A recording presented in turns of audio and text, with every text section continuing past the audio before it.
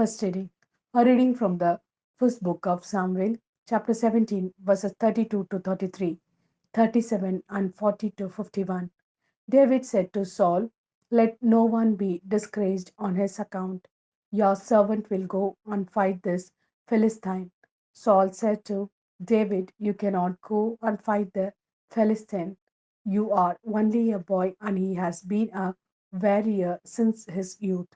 Yahweh, David went on, "who delivered me from the claws of lion and bear, will deliver me from the clutches of this Philistine." Then Saul said to David, "Go, and Yahweh be with you." He took his stick in his hand, selected 5 smooth stones from the riverbed, and put them in his shepherd's bag, in his pouch. Then, sling in hand, he walked towards the Palestine. The Palestine, preceded by his shield bearer, came nearer and nearer to David. When the Palestine looked David up and down, what he saw filled him with scorn, because David was only a lad with ruddy cheeks and an attractive appearance. The Philistine said to David, "Am I a dog for you to come after me with sticks?" And the Philistine cursed David by his gods. The Philistine said to David, "Come over here, and I will give you a flesh to the birds of the air and the wild beasts." David retorted to the Philistine, "You come to me with sword, spear, and scimitar, but I come to you in the name of Yahweh Sabbath, God of the armies of Israel, whom you have challenged. Today Yahweh will deliver you into my hand. I shall kill you. I shall cut off your head. Today I shall give your corpse and the corpses of the Philistines' army to the birds of the air and the wild beasts, so that the whole world may know that there is a God in Israel, and this whole assembly know that Yahweh does not give victory by means of sword and spear. For Yahweh is Lord of the battle, and he will deliver you into our power."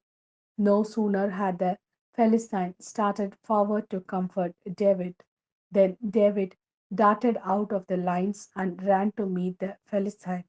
Putting his hand in his bag, he took out a stone, slung it, and struck the Philistine on the forehead.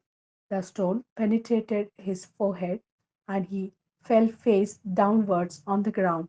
Thus David trampled over the Philistine with a sling and a stone. He hit the Philistine and killed him, though he had no sword in his hand. David ran and stood over the Philistine, seized his sword, pulled it from the scabbard, dispatched him, and put off his head. When the Philistines saw that their champion was dead, they fled. This is the word of Lord. Thanks be to God. A reading from the Gospel according to Mark, chapter 3, verses 1 to 6. Another time he went into the synagogues, and there was a man present whose hand was withered, and they were watching him to see if he would cure him on the Sabbath day, hoping for something to charge him with. He said to the man with the withered hand, "Get up and stand in the middle." Then he said to them, "Is it permitted on the Sabbath day to do good or to do evil, to save life or to kill?" But they said nothing. Then he looked angrily around at them, grieved to find them so obstinate, and said to the man, "Stretch out your hand." He stretched it out, and his hand was restored.